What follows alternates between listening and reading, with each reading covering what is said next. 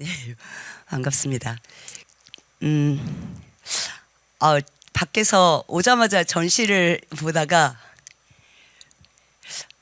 약간 울컥했습니다.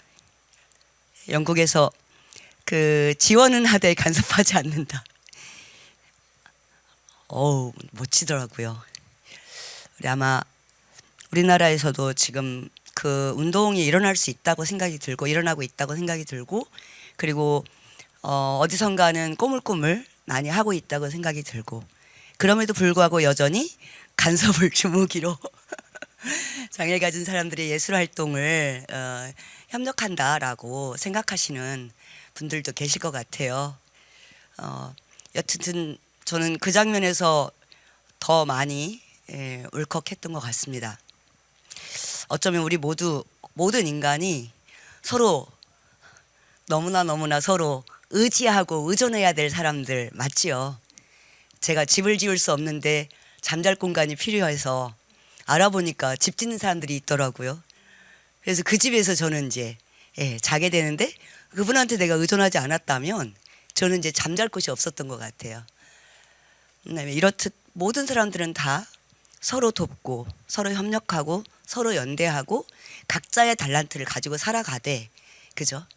굉장히 멋지게 개인의 주체성이 인정되지 않으면 그 자체로는 사실상 삶의 의미를 갖기 어려운 것 같습니다. 지금까지 장애인 인권운동을 한 그 전국 장애인 차별철폐연대 그리고 지금도 탈시설 운동을 하고 있는 장애와 인권 발바닥 행동 그리고 그 이외에도 수도 없이 많은 아주 아스팔트 위에서 팔뚝질을 해가면서 열심히 싸우는 사람들은 딱 하나입니다. 장애를 가진 사람이 온전히 그 자체로 존중받는 사회를 만들기 위해서 싸우는 겁니다. 그래서 오늘은 그런 이야기를 주로 하려고 합니다. 다소 우리 이 예술과 관련된 내용으로 이게 연결이 될까 안 될까 굉장히 고민을 많이 하다가 예술 활동이라고 하는 게 나는 멋지게 해내고 싶은데 내가 예술 활동을 할 수 있을 만큼의 뭔가 학습의 기회도 없었고 뭐 학습하러 어딜 나갈 수도 없었고 그러다 보니까 끊임없이 평생을 배우는 사람의 위치에서 예술 활동을 하게 되는데 전국장애인 차별철폐연대는 장애를 가진 사람들이 예술을 배우고 연습하고 학습하는 것도 노동이다. 그에 대해서 국가가 그에 합당한 월급을 제쳐라. 뭐 이게 저희가 요구하는 내용이에요. 그래서 맨 마지막에 그 내용까지 오늘 가져온 PT 안에 있는데 그 내용까지 해서 내용을 잠시 이야기하겠습니다. 그러니까 제가 오늘 말씀드리고 싶은 것은 장애인 인권 운동에 대한 이야기를 할 거예요. 다소 예술과 멀 수도 있을 것 같다라고 하지만 사실은 굉장히 긴밀하게 연결된 이야기여서 오늘 한번 고민하다가 가져와 봤습니다. 지금 시작해도 될까요? 예, 감사합니다. 예.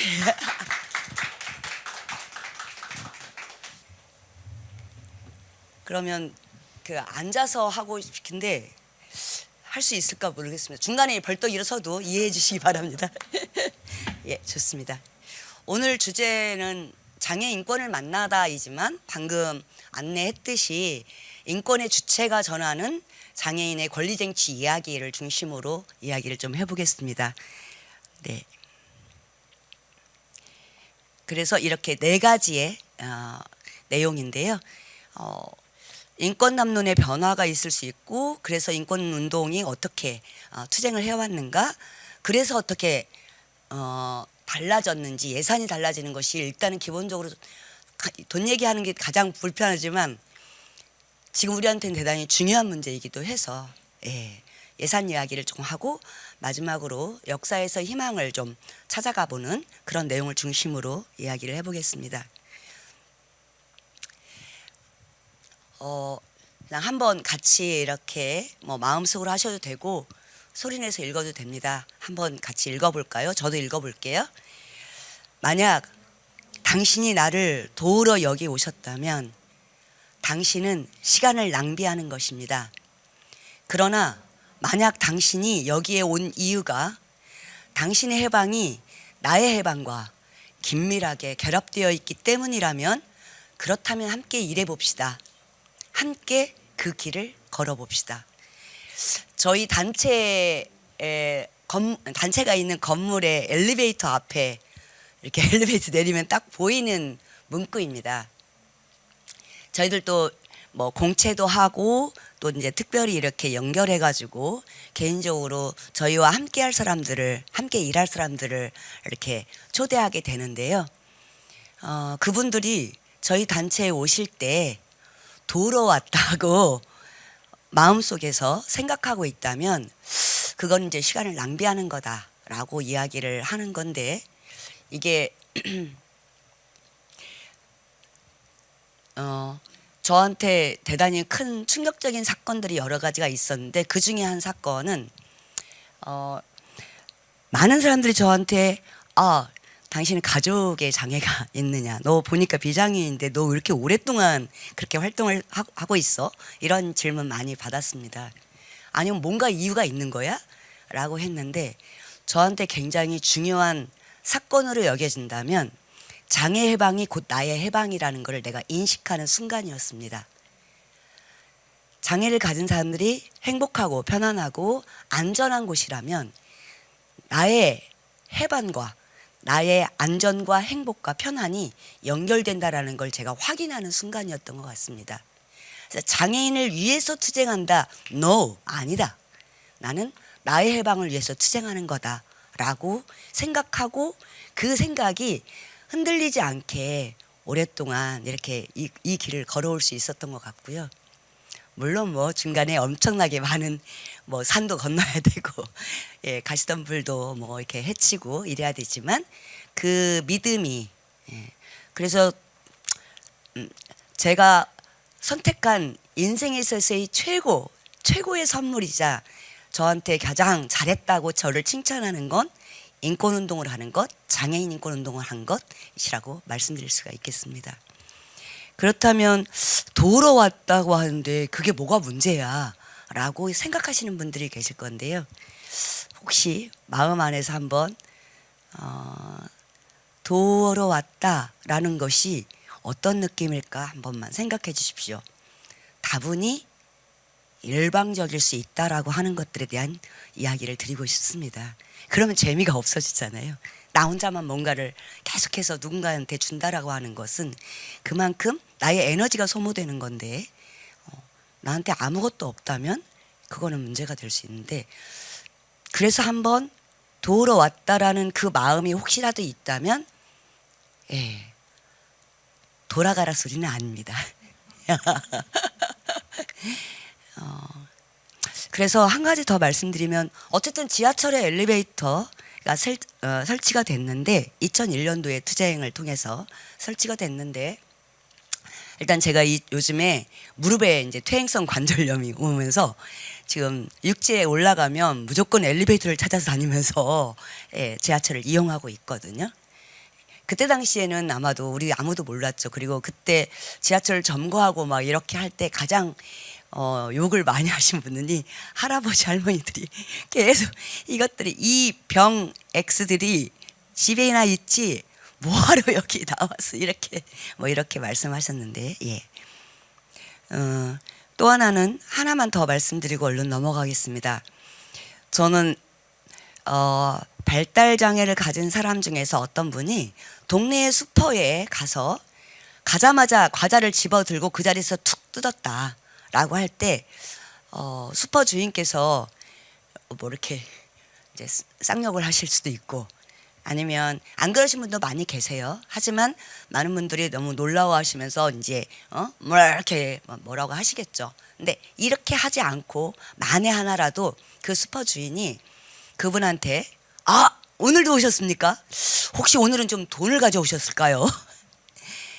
이렇게 존중의 언어를 사용하면서 슈퍼에 오면 과자를 들고 매대에 와서 계산을 하고 난 뒤에 뜯어서 드시는 겁니다라고 반복적이고 구체적으로 설명할 수 있는 그런 문화, 그런 사회, 그런 동네라면 어떨까 이런 생각 해봤는데요. 이것도 이 얘기를 생각해 보면요. 제가 만약에 나이가 더 들거나 아니면 뭐 당장이라도 조금 약간 기억이 잘 없거나 뭐 이럴 수 있지 않겠습니까? 내가 동네에 나갔을 때 어느 누군가가 내게 적어도 최소한 인근 파출소까지라도 저를 이렇게 안내한다면, 그런 사회라면, 그런 문화라면, 그런 마을이라면, 예, 그쵸? 결국은 장애인 인권 운동은 장애인들의 인권 향상에 집중되는 이야기라기보다는 우리 사회 모든 환경과 사회, 모든 사람들에 대한 안전과 행복과 더불어 함께 만들어가는 그런 세상을 꿈꾸는, 만들어가는 그런 운동이지 않을까 싶어서 지금 젊은 분들이 많이 계셔서 혹시 미래의 어떤 일을 선택하신다면 장애인 인권 운동을 한번 해보셔도 좋겠다 제안까지 드립니다. 예. 그래서 저희가 생각하는 장애인 인권 운동, 혹시 물어봐도 되나요? 지금 제가 앉아서 이야기하는 게 굉장히 버거운데 혹시 제가 일어나서 해도 되겠습니까? 오케이, 감사합니다. 네, 미안합니다. 제가 일어나면 일어나셔야 될 텐데 고맙습니다. 예, 좋아요. 아우, 조금은 보여서 다행입니다. 예. 왜냐하면은 사실은 내용이 이렇게 만만치는 않은 이야기여서 그 일상 사회생활에서 아주 당연하다고 여겨지는 것, 그것이 비장애인에게 특권이었다라고 말하고 싶은데 여기서 화낼 분이 계신가요? 선택하지는 않으셨겠죠. 어쩌다 보니 나는 학교 가서 공부도 했고, 어쩌다 보니 버스를 타는데도 아무런 문제가 없고, 어쩌다 보니 나는 가게에 가서 뭔가를 맛있는 거를 사서 먹을 수도 있고, 식당에서 거절당하지 않고 그냥 밥도 먹고, 어쩌다 보니 나의 선택은 아니었는데, 그러면 누구 입장이냐 봐도 그런 세상에서 살아가기가 어려운 장애를 가진 사람 입장에서는 비장애인들에게는 특권이었다라고 표현하는 겁니다. 이거를 특권이었다라고 말하는 거는 아예 듣지 않으시니까 저희는 어떻게 표현하냐면 그거를 사건을 일으켜서 세상의 이목을 집중시키고 있습니다. 예. 그래서 특권이었음을 폭로하는 건데, 폭로하는 것이 그냥 폭로하면 안 되니까 자꾸만 이순신 동상도 올라가 보고, 그 다음에 광화문 내거리도 점거해 보고, 삭발도 했고, 뭐 다양한 방식으로 비장애인에게 특권이었다라고 하는 거. 그 이유는 뭐냐면 정책 결정을 하거나 예산을 결정할 수 있는 사람들은 우리들한테 관심이 없어요. 사건 일으키고 싶어서 일으킨 게 아니라 만나달라고 공문을 수차례 보내지만 만나주지 않아요. 꼭 사거리를 점거해야 만나고, 꼭 삭발을 해야 만나고, 꼭 지하철 연착투쟁을 해야 만나고, 이런 상황은 지금도 계속되고 있습니다. 그래서 이거를 폭로하고 난 다음에 결과적으로 우리가 취득하게 되는 인권의 내용이라는 건 단지 장애를 가진 사람만의 인권이 확장되는 게 아니었다는 거죠. 지하철에 엘리베이터가 설치되니까 서울에, 그 뒤에 설치된 대구, 부산, 광주에 있는 지하철에는 처음부터 아예 설계돼서 엘리베이터가 설치됐거든요. 넌센스입니다. 넌센스. 대단히 열심히, 정말 아직도 93%밖에 안 됐어요. 서울에서 아직 7%는 아직 안 됐습니다. 여기까지 하고 넘어가겠습니다. 그래서 모든 이들이 누릴 인권을 새롭게 발견하고 확장하는 거다라고 하는 것들에 대해서 저희가 생각하는 장애인 인권 운동이다라고 얘기하는 거고요. 방금 제가 사건이라고 표현을 했는데, 보통 사고로 인해서 어떤 뭐 불행한 일이 닥치거나 뭔가가 일이 생기죠. 근데 사건은 바로 여기 앞에 놓인, 나중에 이제 네이버나 이런 걸 한번 확인해 보시면 알겠지만, 저희는 이제 주로 사건을 일으킨다. 왜냐? 우리말에 관심을 갖지 않으니까 끊임없이 사건을 일으켜서 이목을 집중시키는 겁니다. 언론도 오고, 버스를 막고 있어야 언론이 오죠. 그죠? 지하철을 그래서 지하철을 3년 동안 지금 저희가 지하철 연착 투쟁을 하고 있는데 예, 이준석 대표도 저희들한테 만나자고 하고 실제로 이준석 대표를 통해서 대단히 많이 알려지기도 했죠. 심정적으로는 이준석 대표한테 오빠라고 표현. 예, 전국에 있는 수많은 사람들이 저희 토론회도 열리고 뭐 이러면서 예, 장애인의 지하철 투쟁이 무엇을 의미하는지 왜 필요한지 이런 것들을 알리게 되는 굉장히 중요한 순간이었던 것 같습니다. 그러니까 우리 오세훈 오빠님은 아닙니다. 오세훈 씨는 엄청나게 많은 다양한 형태의 지금 압박을 하고 있는데 예, 하지만 우리한테 만나자고는 하지 않습니다. 그냥 일방적으로 지금 이 예술, 장애인 노동과 관련된 이 예술과 관련된 이 예산을 전액 삭감하겠다고 거의 지금 삭감한 걸로 알고 있는데 지금 불씨를 살리려고 엄청나게 투쟁을 하고 있습니다. 네, 넘어갈게요. 예, 저희도 80년대에는 실질적으로는 장애인 인권 운동이 전혀 일어나지 않았습니다. 그런데 그때 바로 저거는 미국의 장애인 인권 투쟁의 현장입니다. 똑같아요. 저희도 이순신 장군 그 동상을 에워싸고 예, 점거농성 벌이고 버스를 막고 예, 이러한 것과 똑같은 형태로 미국에서 이미 그때 했고 그래서 미국의 재활법이나 ADA 말하자면 미국의 장애인법 차별금지법에 해당되는 법률들이 그때 제정이 됐습니다. 우리는 이때 정말 숨죽이고 아무것도 하지 못한 채 살아야 되는 상황이었죠. 그런데 혹시 여기에 계신 분들은 어떤 생각일지 모르겠는데 아니 일도 못하는 사람들한테 뭔 돈을 주고 이동하게 하고 예술하게 하고 뭐지? 그리고 그걸 왜 국가가 책임져야 되지? 혹시 이거에 대해서 조금이라도 의문을 가지신 분들이 계실까요? 안 계시죠? 예. 국가는 누가 만들었냐면 우리 모두가 만들었습니다. 물론 여기에 있는 우리들이 아니라 우리들의 선배님들이 만들었잖아요. 왜? 우리 모든 사람들의 행복을 책임질 수 있는 무엇인가가 필요해서 국가를 만든 거 아닙니까? 그 국가는 그래서 우리들이 권리가 있다면 이 권리의 의무 주체가 바로 국가이죠. 국가와 지방자치단체이죠. 그래서 아마 여기 계신 분들 거의 초등학교 유치원 과정까지는 아마 의무교육이었을 거예요. 국가가 다 돈을 내주죠. 그죠? 그 이유가 바로 그거죠. 국가는 당연히 왜 만들었냐면 우리가 편안하려고 우리가 행복하려고 만들었는데 이 국가가 우리한테 관심이 없는 거예요. 그죠? 그래서 우리들은 장애인들은 우리도 이 나라의 국민이고 국가가 당연히 보호해야 할 마땅한 존재인 거다.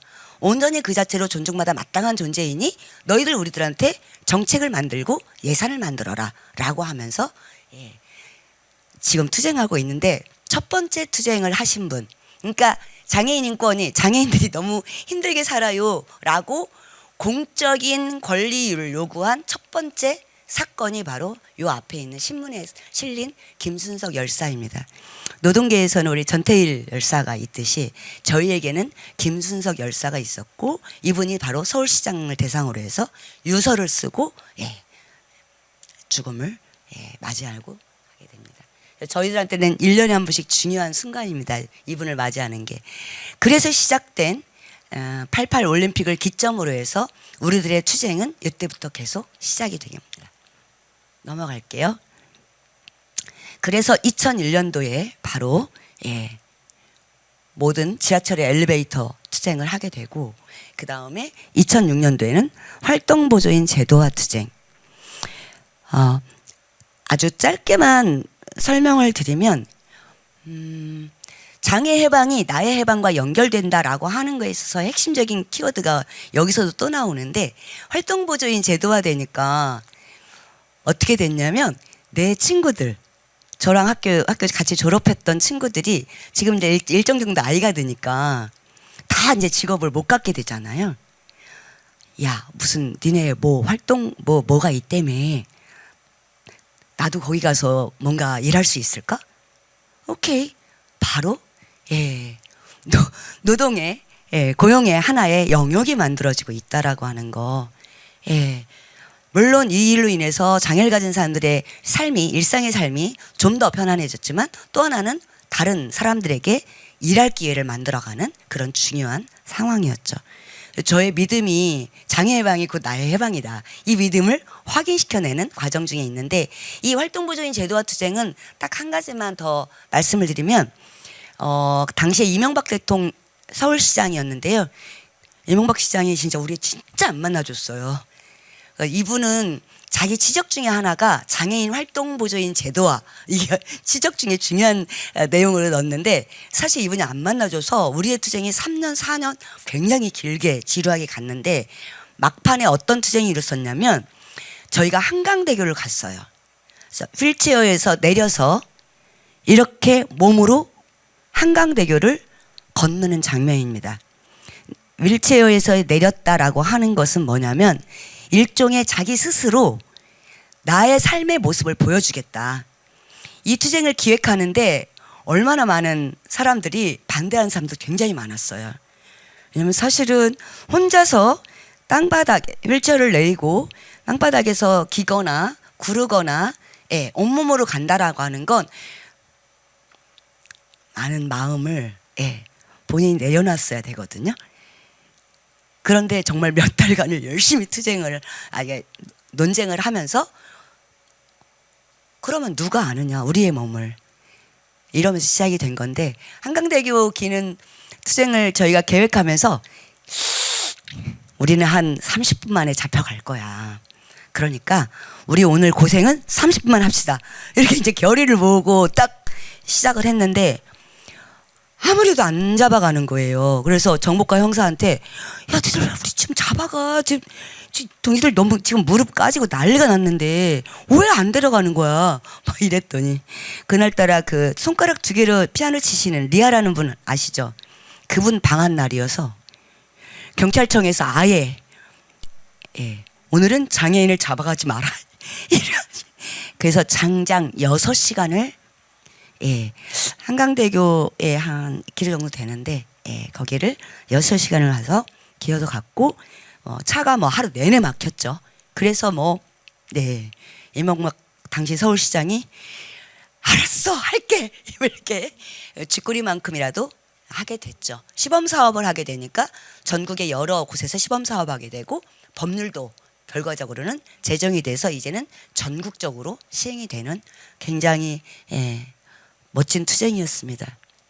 저는 아마 저한테 대단히 저 자리에 함께 있었다는 사실 하나만으로 너무나 영광스럽고 너무나 좋습니다.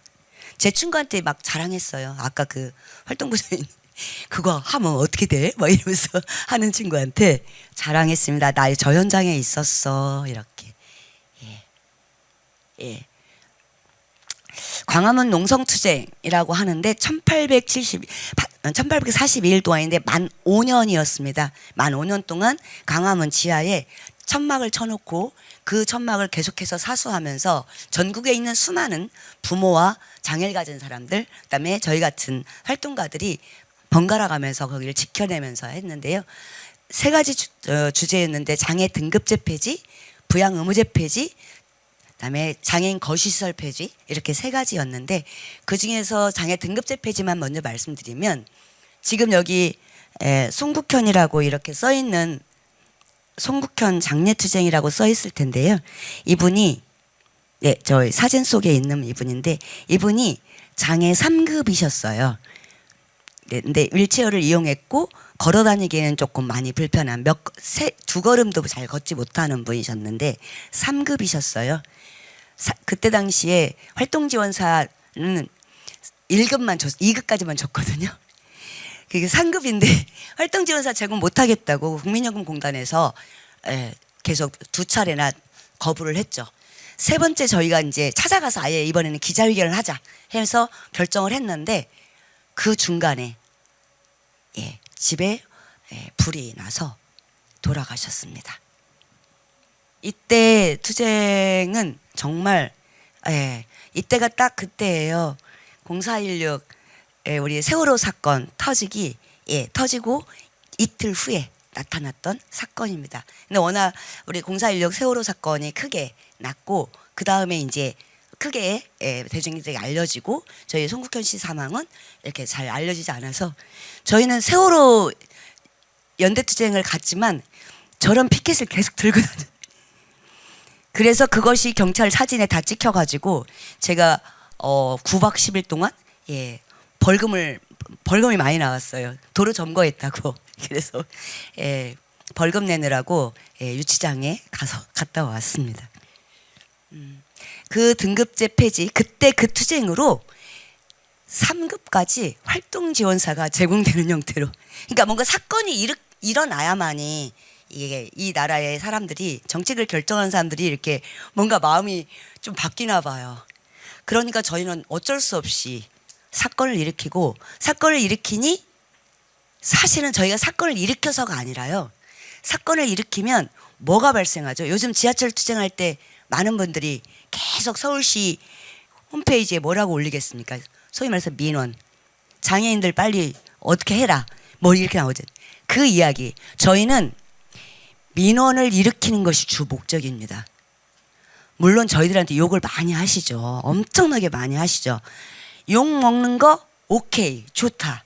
그 욕을 우리한테 직접 하기도 하지만 서울시를 대상으로 또 해달라. 그러면 서울시가 이 문제에 관심이 있겠다. 이게 저희들의 목적입니다. 그러니까 어떻게 해요? 그냥 탄환을 빵빵빵 맞으면서 계속해서 투쟁하고 있다는 거 말씀을 드리겠습니다. 넘어가겠습니다.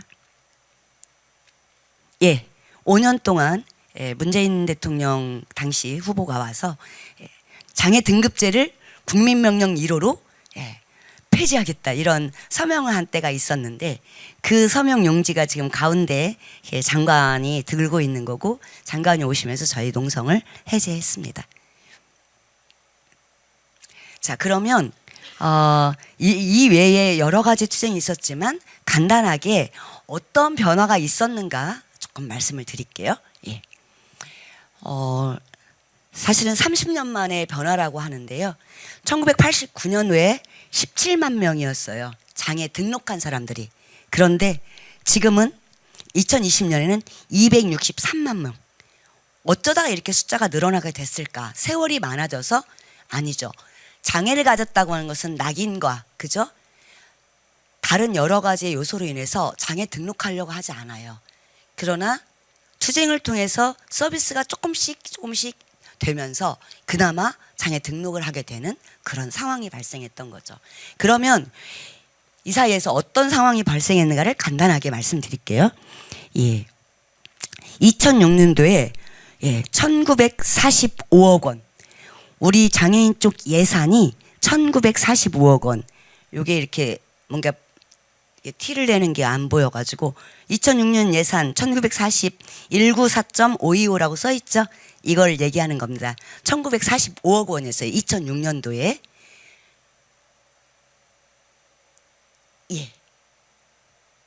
2018년도에 2조 그러니까 몇 배입니까? 2조 2천억이니까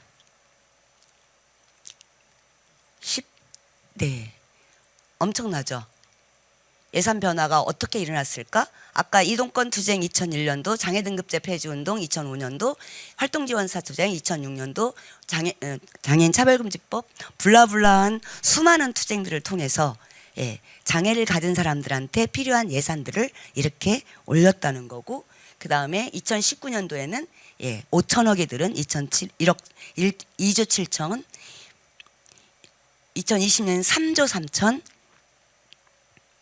3조 6천,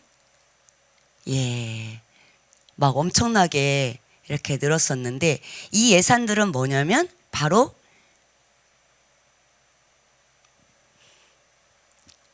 시설 안에서 갇혀 지내는 예산이 아니라 일상생활을 할 수 있는 예산이에요. 이동권에 드는 예산, 그다음에 노동권에 드는 예산, 활동지원사, 그다음에 장애연금 이런 예산들이 확장이 되면서 그나마 조금씩 장애를 가진 사람들을 만나게 되었죠. 그래서 2030년에는 저희의 투쟁은 계속될 것이고 2030년에 적어도 최소한 이러한 우리의 개인에게 맞춤하는 그러한 예산이 만들어질 때까지 계속해서 투쟁하겠다라고 하는 것들을 말씀을 드리고 싶고, 그런데 예산이 지금 보이세요? 한국의 예산은 딱 OECD 국가 중에 우리나라가 몇 위인지 아세요? 국가 부자, 우리나라 부자잖아요. 그죠? 12등으로 알고 있거든요. 근데 장애인 예산은 꼴찌에서 세 번째예요. 그래서 저희는 3배를 요구할 것이고 3배 이상의 증액을 만들어서 그러기 위해서 더욱더 투쟁을 할 것입니다. 그러니까 여기 계신 선생님들은 투쟁 현장에 함께 나오셔도 되고, 아니면 우리의 투쟁에 실제로 상근자로 오셔도 되고, 아니면 열심히 민원을 넣어주셔도 되고, 제주도도 한번 싸워야죠. 제주도가 싸워야 되는 이유가 뭐냐면, 이렇게 싸워서 중앙부처 예산이 정해지면 이 예산이 이제 지역으로 내려가잖아요. 매칭해서 돈이 개인에게 이제 갈 건데, 잘 싸우는 경기도, 굉장히 잘 싸우는 대구, 정말 열심히 싸우는 부산, 이런 데들은 시도에서 예산을 엄청나게 많이 내서 장애인에게 가는 예산을 훨씬 더 확장돼 있어요. 예산뿐만 아니라 서비스가 그렇다는 거죠. 그런데 제주는 어떤 상황이냐면, 저상버스가 지금 현재 법률을 지키고 있거든요. 저상버스 아시죠? 이렇게 휠체어 타고도 탈 수 있는, 거기엔 누구도 탈 수 있어요? 우리 할머니 할아버지도 탈 수 있고, 그다음에 유아차도 탈 수 있죠. 그다음에 저희같이 짐 많이 들고 이럴 때도 그냥 훅 탈 수 있잖아요. 이 저상버스가 법을 지키고 있어요, 실제로. 그런데 기다려도 오지 않는 저상버스. 그래서 영국에서는 그냥 모든 버스를 다 저상버스로 바꾸고, 모든 택시가 다 휠체어 타고도, 전동 휠체어를 타고도 탈 수 있는 택시로 바뀌었잖아요. 물론 영국은 지하철에 엘리베이터를 설치할 수 없어요. 너무 오래전에 지어서 도저히 그게 불가능하답니다. 그래서 택시와 버스를 저상으로 바꿨거든요. 제주는 지금 지하철도 없잖아요. 저희 어머니 오셨는데 90대셨는데 이동수단이 없으세요. 이거를 우리가 싸우지 않으면, 제주 사람들이 싸우지 않으면 그냥 법정 대수에 거기에 맞춰서 여전히 계속될 거고, 정부는 우리는 다 했어 라고 뒷짐지고 있을 겁니다. 제주에서 투쟁이 일어났으면 좋겠다, 뭐 이런 생각이 들고 열심히 조직해야죠. 제주 분들이세요? 젊은 분들? 함께 투쟁합시다. 투쟁. 감사합니다.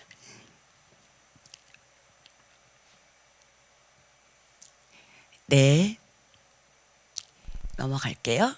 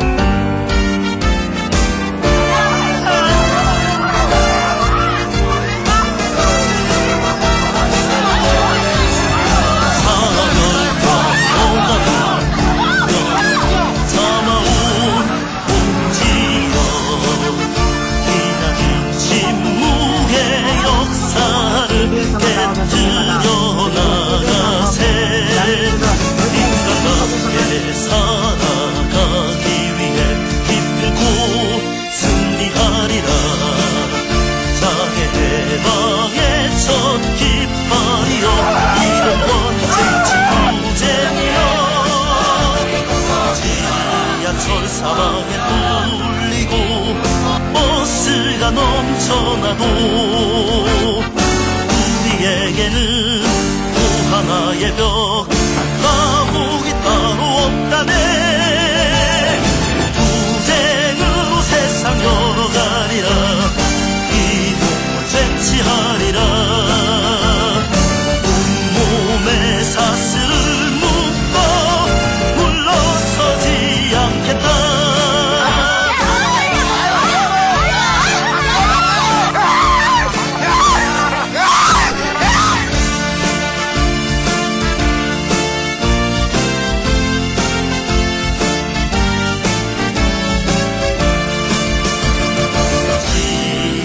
사방에 불고 버스가 넘쳐나고 우리에게는 또 하나의 벽 감옥이 따로 없다네. 투쟁으로 세상 열어가리라. 기도 쟁취하리라. 온몸에 사슬을 묶어 물러서지 않겠다. 투쟁으로 세상 열어가리라. 기도 쟁취하리라. 온몸에 사슬을 묶어 물러서지 않겠다.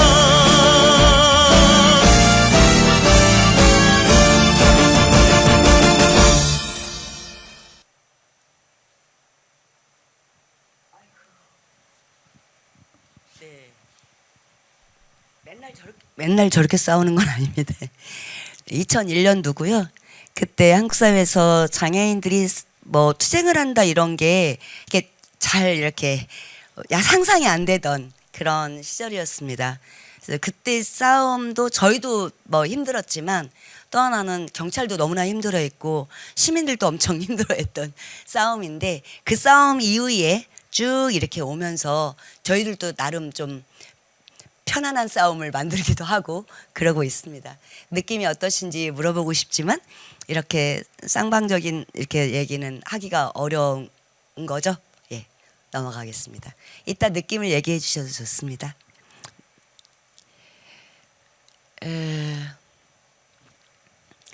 되게 이제 재밌는 거를 말씀을 드리면 이게 이제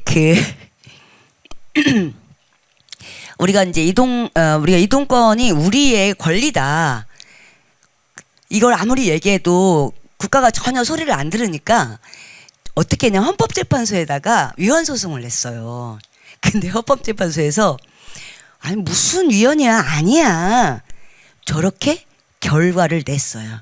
그때 절망감이란 정말 그런데 우리끼리 외국의 여러 나라를 봐도 절망하고 있을 이유가 없는 거예요.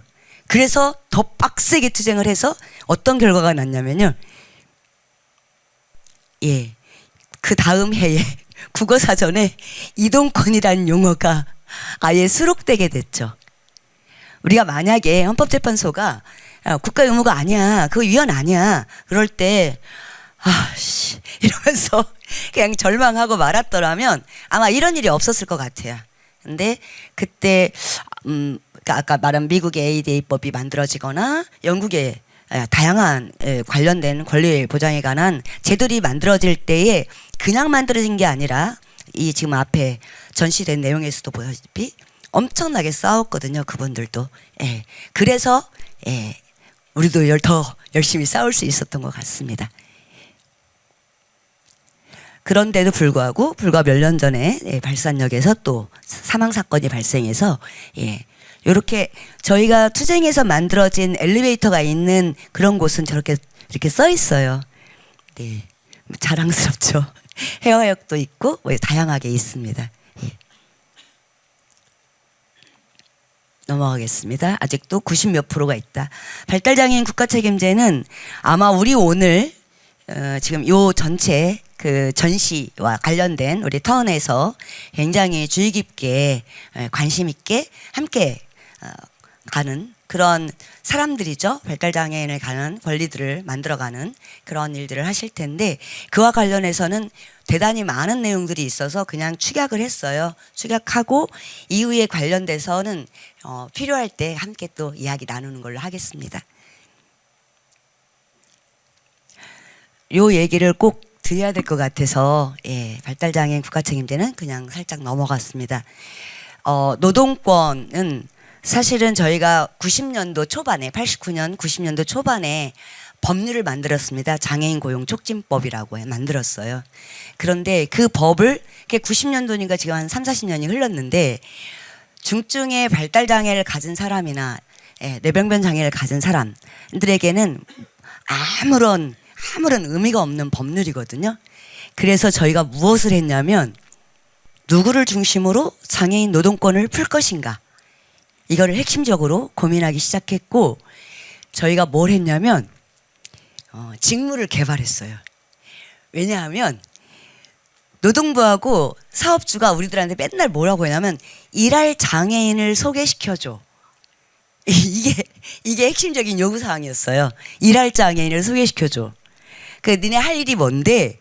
그러면 비장애인 아니면 경증의 장애를 가진 사람 정도 수위에서 할 일밖에 없는 거죠. 실제로 오늘 이 전체 우리 행사를 준비하는 분들 중에서 중증의 발달 장애를 가진 사람이 이 일에 합류해서 하기가 녹록지는 않았을 거예요.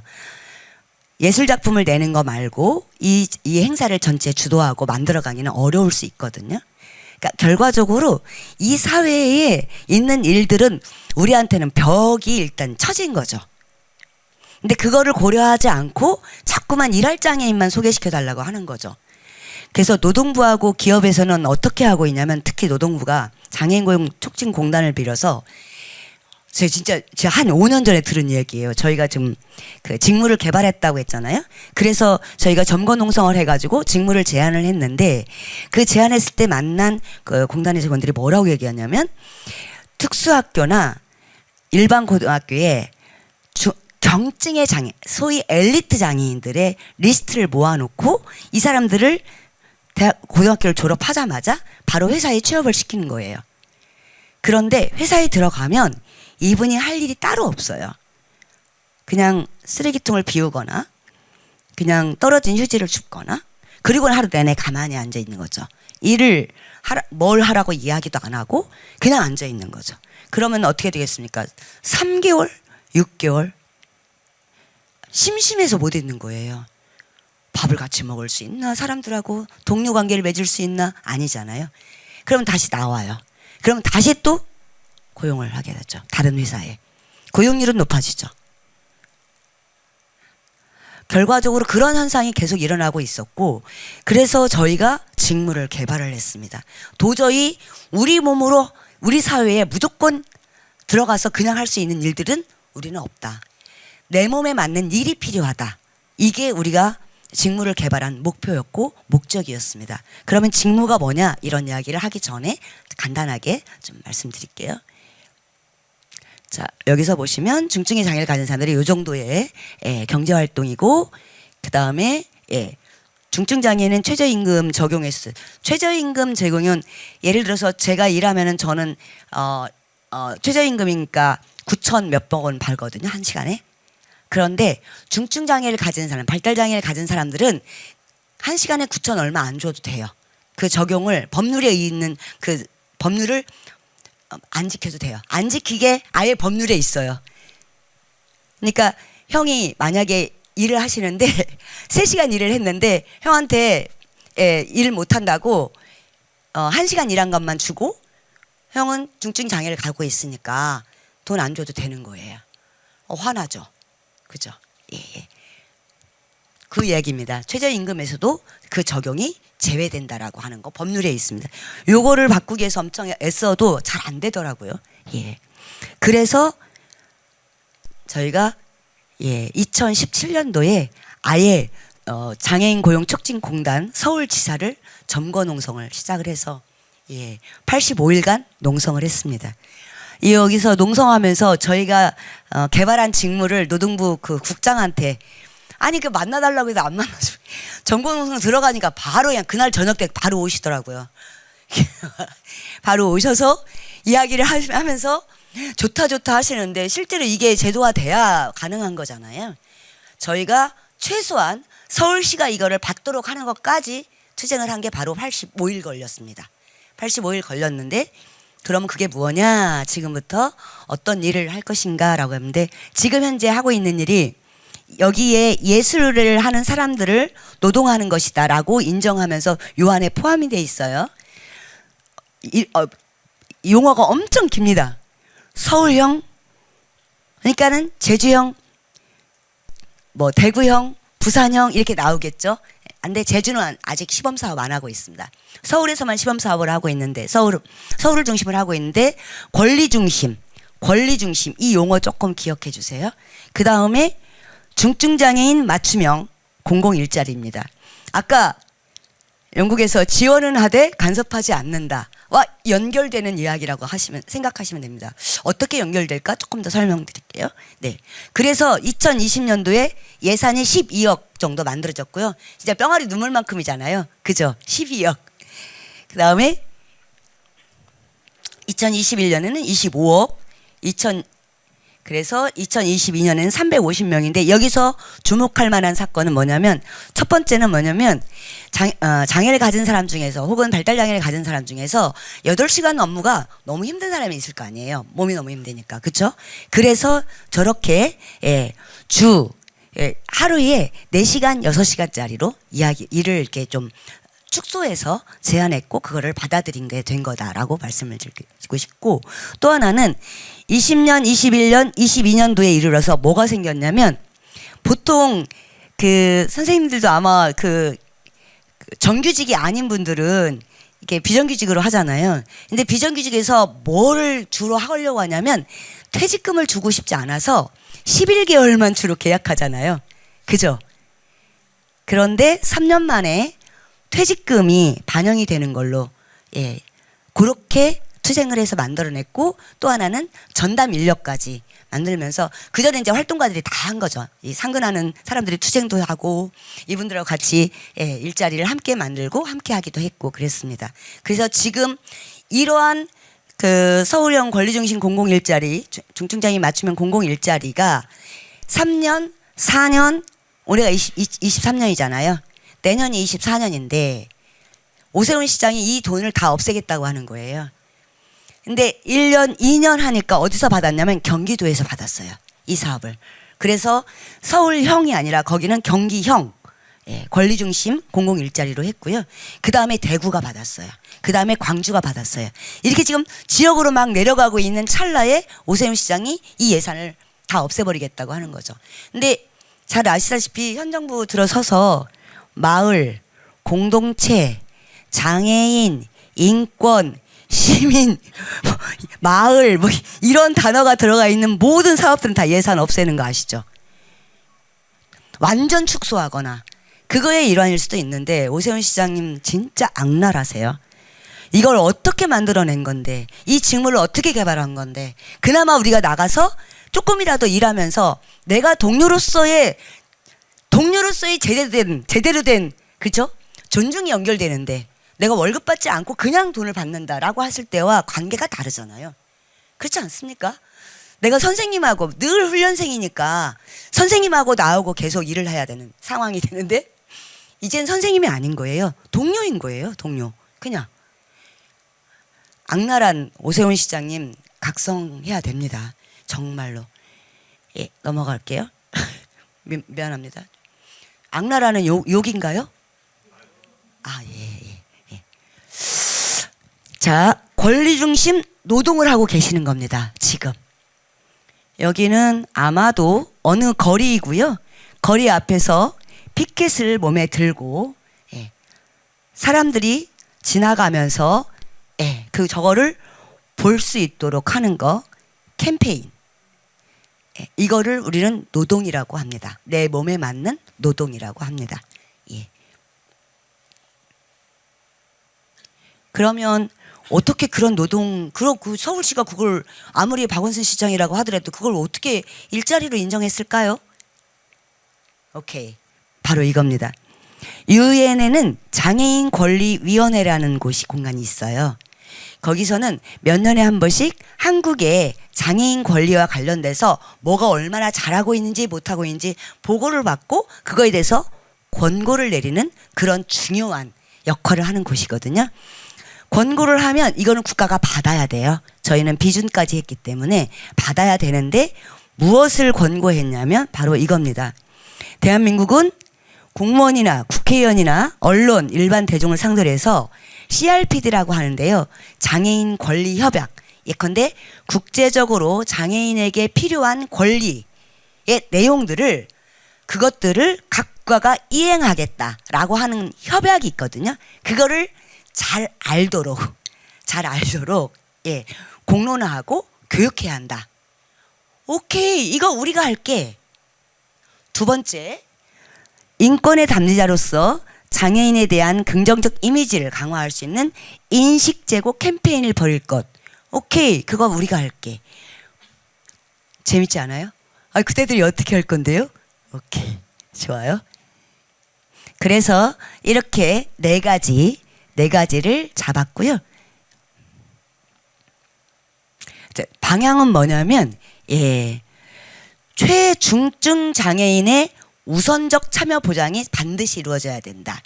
물론 근데 사실 최중증 장애를 가지지 않더라도 다리가 조금 불편한데 사실은 버스 타기 어렵거든요. 그잖아요. 넘어갈게요. 네. 그래서 최중증 장애인에 대한 규정을 저렇게 정리해 놨어요. 뇌병변, 발달장애를 가진 사람들, 척수, 근육, 언어 및 청각, 시각 등 중복장애를 가진 사람들 했고요. 그 다음에 그래서 3대 직무가 있습니다. 3대 직무 중에 첫 번째 직무는 권리옹호 직무인데요. 예를 들어서 그 피켓을 걸고 손으로 들 수가 없잖아요. 휠체어를 타고 있고 피켓을 목에 들고 시청을 한 바퀴 도는 거죠. 시청에 있는 공무원들이 오다 가다 볼 수 있도록 하는 거. 원래 인식제고 캠페인을 하거나 이럴 때 보통은 지하철 내에 큰 광고판에 뭐 이렇게 영상으로 이렇게 좀 있는데 그거 누가 봅니까? 그죠? 장애를 가진 사람들이 저렇게 직접 움직이는 겁니다. 발달장애를 가진 사람들도 마찬가지로 목에 피켓도 걸고 아니면은 기자회견에 와서 시간을 같이 보내도 그것도 우리는 노동으로 인정이 돼야 된다라고 하는 거고. 예. 그리고 만약에 어디를 동네에 특히 관공서 뭐 읍사무소든 어떤 사무소든 장애인 화장실이 있는데 물건이 청소도구가 몽땅 쌓여 있어. 그러면 그거에 대해서 문제 제기를 하는 거죠. 그거를 살피러 다니는 사람도 우리는 노동이라고 보는 겁니다. 그게 바로 장애인 인권을 향상시키고 진보하게 할 수 있는 거라고 이야기를 했고 그것이 바로 우리의 노동이다. 이렇게 얘기한 거고요. 그다음에 인권 강사 직무는 아까 그 교육해야 할 사람 장애인 내가 하겠다. 그래서 저희는 어떻게 하냐면 장애를 가진 사람 중에서 혼자 가서 하기가 어려울 수 있잖아요. 예컨대 PPT 누르는 게 어려울 수 있고 그다음에 자기가 온전하게 발언하기가 힘들 수 있잖아요. 그리고 아니면 발달장애를 가진 분하고도 같이 가는데요. 저희는 협업 강사라는 표현을 씁니다. 비장애인과 장애인 혹은 장애를 가진 사람과 장애를 가진 사람도 마찬가지예요. 서로가 강점을 서로가 협력하고 연대하면서 같이 교육을 나가죠. 만약에 교육비가 20만 원이다 그러면 똑같이 10만 원씩 나는 거죠. 주강사, 보조강사가 아니라 협업강사다라고 하는 표현으로. 왜냐하면 컨텐츠는 누구한테 있다? 장애를 가진 사람한테 있다. 아주 명료하죠. 예. 컨텐츠를 가진 그 장애를 가진 사람과 비장애인 혹은 다른 뭐 장애를 가졌더라도 그 장애가 아닐 수도 있는 거 아니겠습니까? 그런 점에서 협업강사라는 이름으로 인권교육을 지금 하고 있고요. 그 다음에 마지막 이 문화예술 직무, 아까 제가 저를 흥분시켰던 문화예술 직무인데 문화예술 직무와 관련돼서 이렇게 많은 것들이 이루어졌습니다. 이제 직무를 몇 가지를 소개해 드릴게요. 네. 여기는 넘어가겠습니다. 그러니까 경쟁 효율 실적 요런 게 기준이 아니라는 거죠. 예. 우리가 왜 협력해야 되는지, 우리가 왜 지지해야 되는지, 우리가 왜 연대해야 되는지를 확인하는 시간들을 갖는 게 바로 우리가 말하는 운동입니다. 여기서 이렇게 좀 더 이야기하고 싶은 게 5시에 마치면 되죠. 네, 감사합니다. 시간이 어떻게 되는지 몰라서 얼른 시계를 봤습니다. 여기 시계가 없어서. 예, 감사합니다. 저한테 메시지를 주셔도 됩니다. 흥분해가지고 제가. 하지만 잘 마치겠습니다. 여기서 한번 보십시오.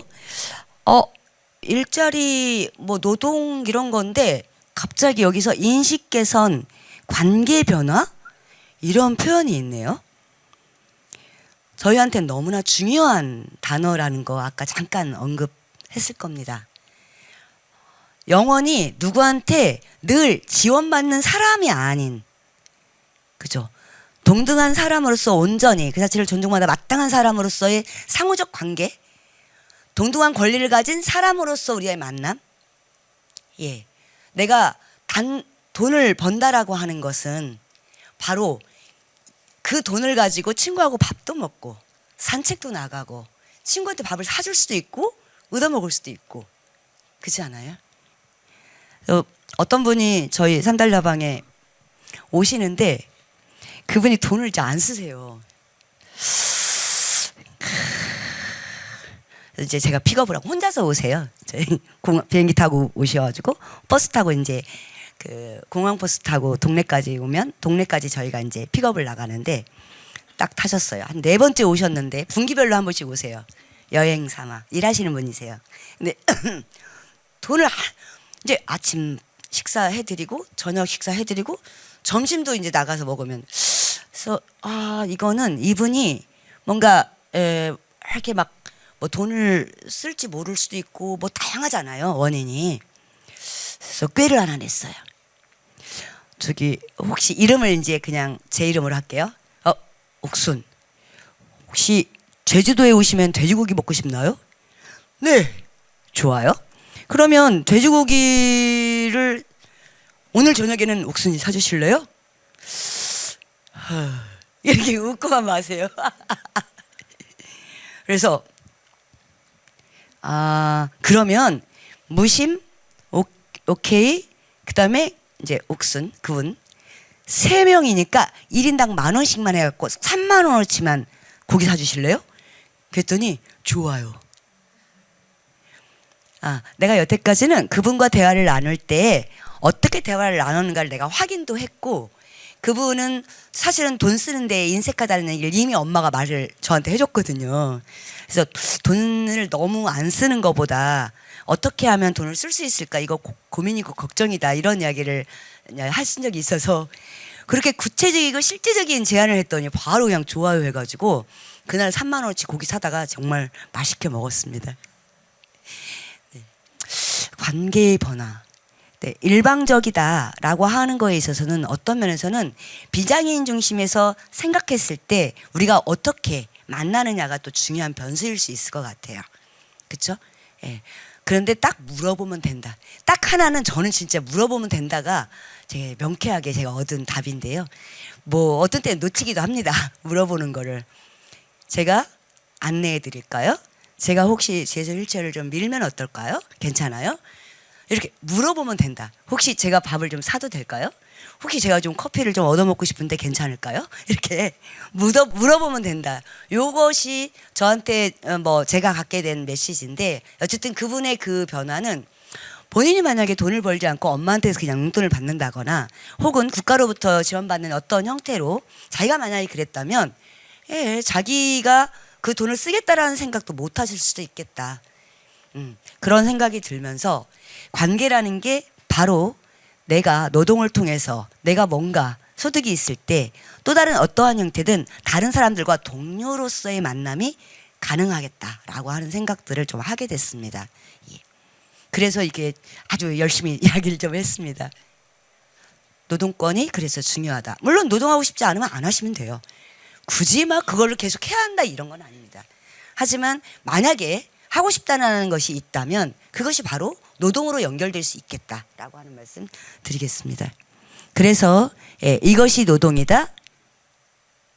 저희는 연습도 노동이다라고 하는 의미를 가지고 지금 요 공공일자리 투쟁을 계속하고 있습니다.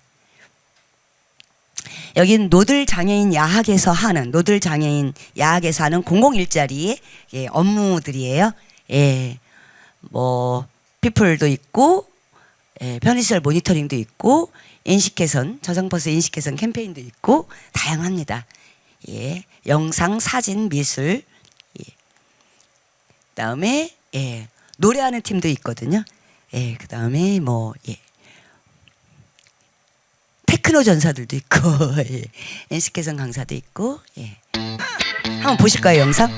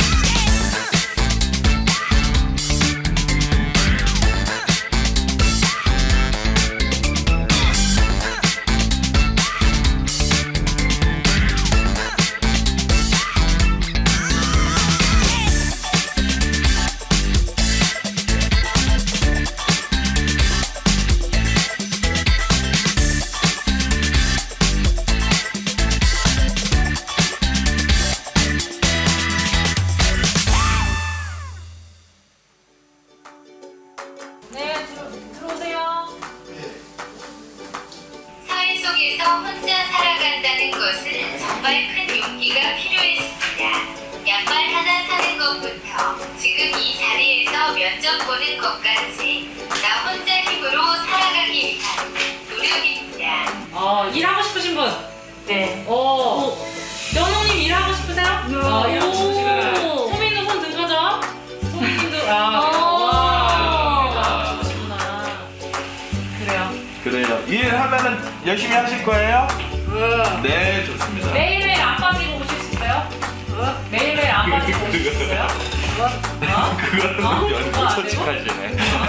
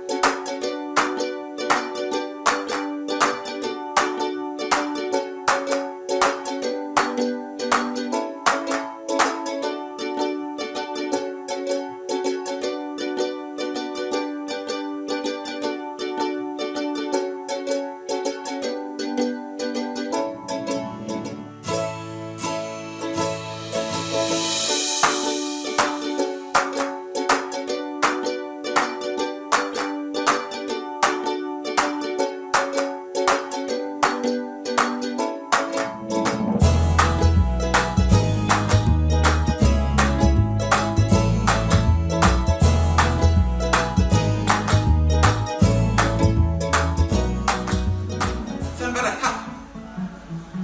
하나, 둘, 셋, 넷 가자. 하나, 둘, 셋, 넷. 넷. 하나, 둘, 셋, 맞았어. 여기, 둘, 셋, 맞았어. 여기, 둘, 셋, 두 손, 여기, 둘, 셋,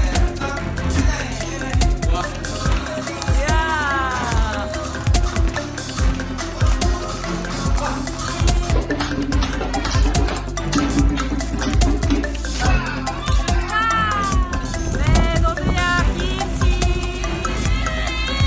안녕.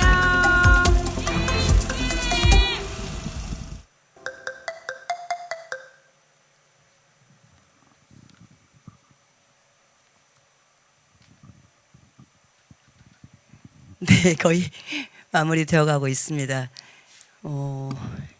어쨌든 저희는 연습도 노동이다라고 하고 언제 배워본 적 없으니 울컥했던 것 중에 하나 또 영국에서도 배워본 적 없는 사람들이라는 표현이 같이 와닿았습니다. 예.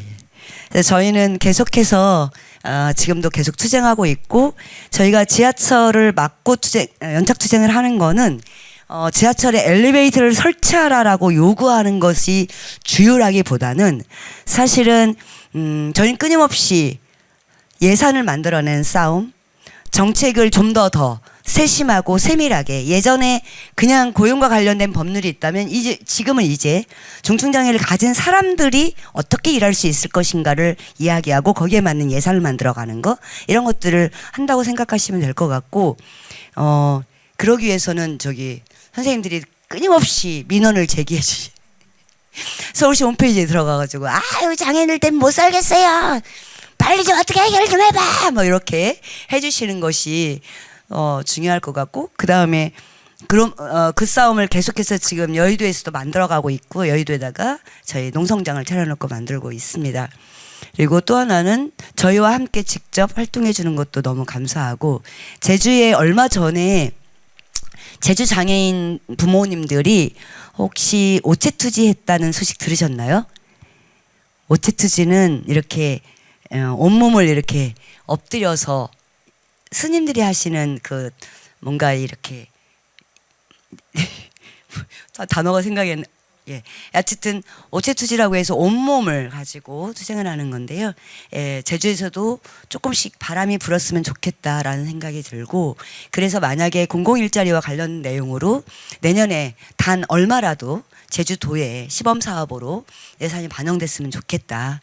그러면 그런데 대신 또 하나 좀 이렇게 중앙에서 뭔가 싸워서 뭔가 법률이 만들어지면 지역으로 내려올 때 이렇게 뭔가 다르게 변형돼서 사용되는 것들에 대한 고민이 많이 있지요. 그래서 함께 투쟁하면서 함께 배우고 그 투쟁 속에서 함께 배운 내용을 가지고 지역에서 사업들을 진행하고 운영하면 좋겠다라는 생각을 합니다. 네. 그래서 이런 점에서 같이 연대했으면 좋겠습니다.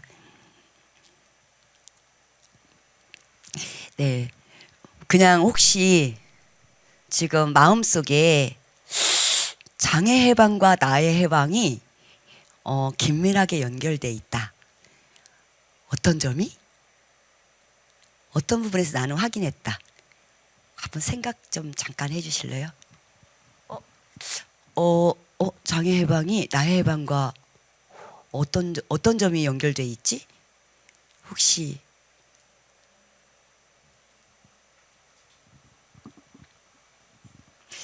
그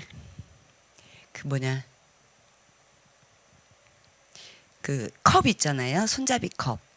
원래 뇌병변 장애를 가진 사람들이 사용할 수 있도록 만들었는데 뜨거운 차 넣으면 우리 모두 다 그죠? 예. 요즘은 홀더로 하더라고요. 장애가 가진 사람들 너무나 불편해요. 손을 잡기가 힘들어서. 그래서 휠체어에다가 아예 그냥 컵이 들어갈 수 있도록 만드는 분들도 계시는데 어쨌든 네. 유니버설 디자인이라고도 하죠. 장애를 가진 사람한테 편안하고 안전하면 모든 이가 다 편안하고 안전하다. 또 뭐가 있을 것 같아요? 네. 제가 얼마 전에 홈쇼핑에서 예. 제품을 하나 봤는데 거기서는 어떤 제품이 나왔냐면은 쉐이크기.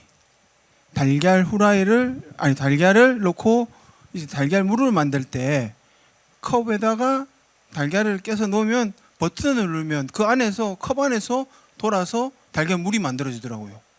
그래서 이런 거다 한데 그날 좀 지나서 며칠 후에 저희 옆에 사무실에는 뇌병변 장애인 협회가 있습니다. 그 혼디 누림터 5층입니다. 거기에 갔는데 그 컵이 있는데 그 컵이 뭐로 사용되냐면 그냥 커피잔으로 사용되는 거예요. 야, 이거는 쉐이크기인데 왜 커피잔을 이용해? 이거는 뭐가 좋냐면 커피 다 먹고 물만 넣으면 자동으로 세척을 해준대요.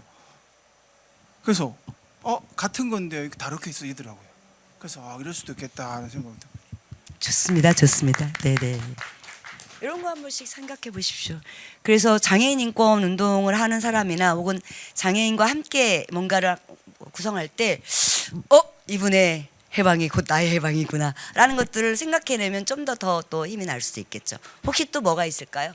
혹시 형님들 혹시 뭐 형들 지하철 엘리베이터도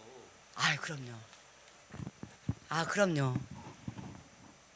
예, 제가 얼마 전에 서울 한번 다녀왔습니다. 한 20년 전에 지하철 한번 타려고 그러면 지나가는 사람한테 저 혹시 뒤에 좀 잡아주시고 저 그랬어요. 저 30년 전에도. 근데 최근에 가보니까 거의 엘리베이터가 다 돼 있더라고. 그런데 엘리베이터를 이용하는 사람 중에 저 같은 장애인보다도 할아버지들이 압도적으로 많아. 오히려 할머니들이 더 좋아해요. 오히려. 그게 아마 하나의 예를 들어서 얘기했습니다. 예, 맞아요. 예. 또 뭐가 있을까요? 우리한테 편안한 거 자동문 편안하세요? 그것도 마찬가지예요. 우리가 손이 사용하기 어렵거나 밀어지지가 않거나 이런 사람들을 위해서 자동문이 만들어졌는데 결과적으로 우리 모두도 편하잖아요. 그렇죠? 또 뭐가 있을까요? 그래서 동네 슈퍼 아까 주인 이야기까지 한 거는 바로 그런 겁니다. 저는 이제 그런 물리적인 접근성이나 이런 것들도 되게 중요하지만 사실은 내가 소중한 만큼 나와 함께 있는 이의 소중함을 우리가 어떻게 하면 좀 매번 매 순간 알아차리면서 살 수 있을까? 소위 말해서 정신적 장애를 가졌다 그러죠. 발달 장애나 자폐성 장애나 정신 장애나 이런 분들과 우리가 일상을 함께 할 수 있다라고 하는 거에 대한 확신, 믿음 이런 것들은 바로 아까 슈퍼 주인과 연결이 될 것 같아요. 근데 역으로 나도 마찬가지거든. 나도 언제 어느 순간 어떻게 그에 노출될 수 있거든요. 그래서 그냥 장애인이니까 지금 그냥 잘 도와주고 장애인이니까 말 좀 잘 들어주고 장애인이니까 뭐뭐 해주고가 아니라 사람이어서 소중한 사람이어서 내가 소중한 사람이듯이 그이가 소중한 사람이어서 그래서 우리는 대화를 할 수 있고 서로 따뜻함을 나눌 수 있고 하지만 보다 명료하게 나의 의견을 전할 수도 있고 그래서 따뜻하게 살아가기 위해서 우리가 좀 더 명료해질 필요가 있다. 눈 감고 안 들은 것보다는 혹시 눈을 뜨고 듣고 명료하게 물어보는 거. 지나가던 사람이 장애를 가진 사람한테 시비 붙고 있는데 내 일도 아니고 그냥 그런데 그거를 보고 무슨 일이신지 물어보는 거. 이게 이제 뭐냐면 내가 그렇게 소중한 사람이니까요. 예, 내가 너무 소중한 사람이더라고요. 그러다 보니까 예, 내 곁에 있는 누군가도 너무나 소중한데 그 소중함을 나의 가치로 나의 몸으로 함께 실천해 나가는 것들이 우린 너무 어렵더라고요. 일상적으로 그런 삶을 받지 않아 와서 그런지 하여튼 그런 부분에 대한 이야기까지 같이 연결해서 장애인 인권이 별다르고 달다른 게 아니라 나의 소중함을 생각했을 때 자연스럽게 함께 나올 수 있는 거다라고 하는 게 하나가 있고 두 번째는 장애를 가진 사람들이 행복하고 편안하다면 그 공간은 그곳은 분명히 나 역시 행복하고 편안할 수 있겠다. 그런 점에서 장애 해방 운동에 적극적으로 협력할 필요가 있고 적극적으로 연대할 필요가 있다. 왜냐하면 내 문제이니까. 나의 해방과 연결돼 있으니까. 그런 조금 주문을 말씀을 드리면서 제가 하고자 하는 이야기를 일단 마치겠습니다. 혹시 더 이야기를 나누시고 싶은 분이 혹시 계실까요? 어떤 거든 좋습니다. 그 아까 말씀하신 그 노동 관련한 부분에서 그걸 이제 아까 밖에서 이제 또 이제 다른 선생님께서 예술은 즐거운 거 아니에요? 뭐 이렇게 말씀하셨는데 그 노동이라는 측면을 이렇게 생각을 해보면 어쨌든 그 노동이라는 것이 개인의 정체성을 발현하는 행위라고 봤을 때 사실 우리 인간이 개인의 정체성을 또 찾아가기 위해서 또 삶을 살아가는 것이기도 하기 때문에 충분히 그냥 단지 움직이기 힘든 뭐 지체장애인이 무엇을 한다라고 하는 것에 그 가치를 매기는 것이 아니라 그들이 자신의 정체성을 찾으려는 그런 움직임들 그리고 그것들로 이 서로 간의 연결을 시도한다라는 점에서 저도 그 전까지는 좀 그 궁금증이 있었어요. 근데 지금 선생님 말씀을 듣고 나서 그렇게 그 근거들이 충분한 것이구나라는 것들을 좀 느끼게 됐습니다. 감사합니다. 예. 예술이 즐거워야 즐겁다, 즐거워야 한다. 오케이, 누가 말할 수 없죠. 그런데 예술도 노동도 모든 것은 사실은 나의 에너지를 쏟아내야 되는 거 아니겠습니까? 그렇죠? 예. 그래서 저는 쉽지 않고 힘들다라고 하는 전제를 좀 할 필요는 있겠다. 장애인 예술이건 결국은 그게 만약에 노동이라고 한다면 우리 일하는 거 다 어렵지 않습니까? 잠깐 동안 알바를 해도 그 알바 시간을 제대로 만들어내야 하는 다 에너지를 쓰는 거니까 일한다는 건 힘든 거다. 왜냐하면 내 에너지를 쓰니까. 근데 예술이 즐겁다라고 하는 거에 있어서는 기본적으로 그 예술하시는 분들의 그 마음이잖아요. 그죠? 오케이. 하지만 그거를 우리가 노동으로 본다라고 할 때 모든 예술을 노동으로 보겠다고 하는 게 아닙니다. 본인이 원했을 때 그걸 노동으로 우리는 볼 수 있겠다. 그리고 그 예술 활동 자체가 어떤 가치를 또 만들어내느냐. 장애를 가진 사람이 예술 활동을 하는 것 자체가 우리 사회에 혼란을 주잖아요. 그렇지 않아요? 뭐야? 처음에는 동정과 시선으로 계속 이렇게 바라보죠. 엄마 잘했어. 좀 잘했어 말고 멋지고 훌륭하고 너무 놀라워. 이러한 반응이 안 나옵니다. 초반에. 그죠? 다분히 안에서 동정과 시의에 이 감정이 이렇게 살아있죠. 이것이 내려가는 순간이 저는 어쩌면 그게 바로 내가 장애를 가진 내가 당당하게 내 예술을 노동으로서 내가 스스로 나를 존중해 주는 거, 내가 노동하는 것이다. 그러니까 노동한다라는 것에 대한 가치가 다를 수 있어요. 꼭 돈을 어디서 받아갖고 꼭 돈 버는 거에 목적인 게 아니지 않습니까? 경제 활동이 목적인 게 아니지 않습니까? 노동의 가치라는 것은 내 몸을 움직이고 나의 마음을 움직이고 나의 머리를 움직여서 나를 표현하는 거잖아요. 그죠? 저 그거를 몸을 움직인다라고 할 수도 있고 마음을 움직인다고 할 정신을 움직인다고 할 수 있겠지만 저는 그것을 노동이라고 생각을 합니다. 나를 표현하는 거. 그랬을 때 나한테 오는 긴장감은 사뭇 달라지겠죠. 그래서 일하는 건 지친다. 하지만 재밌게 해보자. 뭐 이렇게 말씀드리고 싶습니다. 예. 그냥 제가 말씀드리기에는 조금 쑥스럽긴 하지만 저는 경증 장애인을 갖고 있거든요. 그리고 말할 수 없는 그런 장애를 동시에 갖고 있는데, 그러니까 생활하면서 결국은 그러니까 중증 장애인이 제일 급한 상황이기도 하겠지만은 저희 입장에서도 사회생활에서 문제가 또 생기거든요. 그래서 하지만 저도 나름 저의 방향으로 잘 찾고서 또 일도 하고 싶고 소득도 있어야 되고, 그러니까 고민을 하면서도 어느 정도 찾을 수 있는 길을 찾기도 하고 뭐 소소한 것도 할 수도 있긴 하지만은 아까 설명을 하실 때 듣다 보면 대부분이 중증 장애인을 기준으로 가시는 것 같아서 그런 게 조금 궁금해요. 네네네네. 이게 이제 여태까지 우리 사회의 변화가 아마 이제 역사 속에서도 확인되는 건데, 처음에는 주로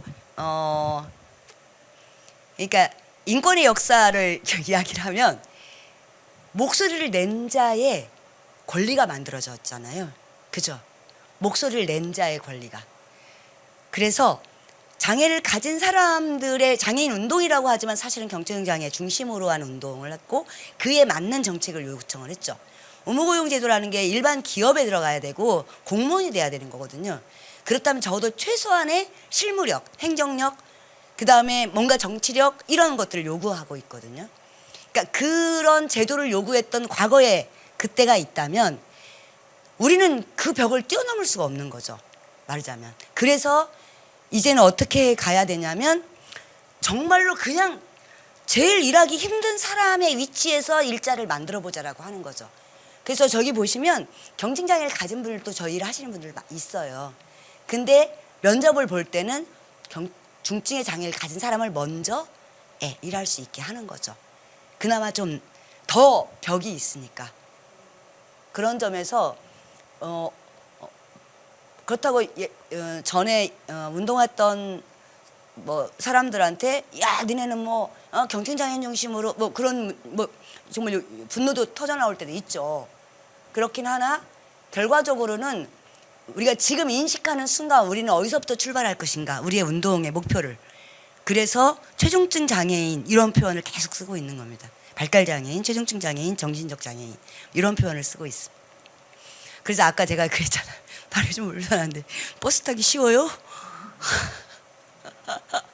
저상버스로 바꿔야 되거든요. 그래서 중증 장애인 중심의 뭔가 정책이 만들어지면 모두가 다 편안하고 안전하다 이런 표현을 한 거고, 일자리도 마찬가지라는 거죠. 그런데 여전히 지금 우리 한국 사회의 장애인 인권과 관련된 내용으로의 저 다른 한테 지금 욕하려고 하는데 괜찮아요? 네. 하여튼 그래서 뭔가 기성의 조직에서 저희한테 욕만 안 했으면 좋겠어요. 방해만 안 했으면 좋겠는데 요즘은 방해를 하면서 지금 국회에서 이번에 탈설지원법 이런 것들 막 안 되잖아요. 난 이해가 잘 안. 잠깐만. 이제 됐습니다. 이제 흥분을 가라앉히고. 뭐 할 얘기가 너무 많은데 어쨌든 그 혹시 좀 도움이 됐을까요? 네네. 고맙습니다. 예. 이렇게. 네, 그러면 이제 마무리할까요? 고맙습니다. 초대해 주셔서 만나서 고맙습니다. 예.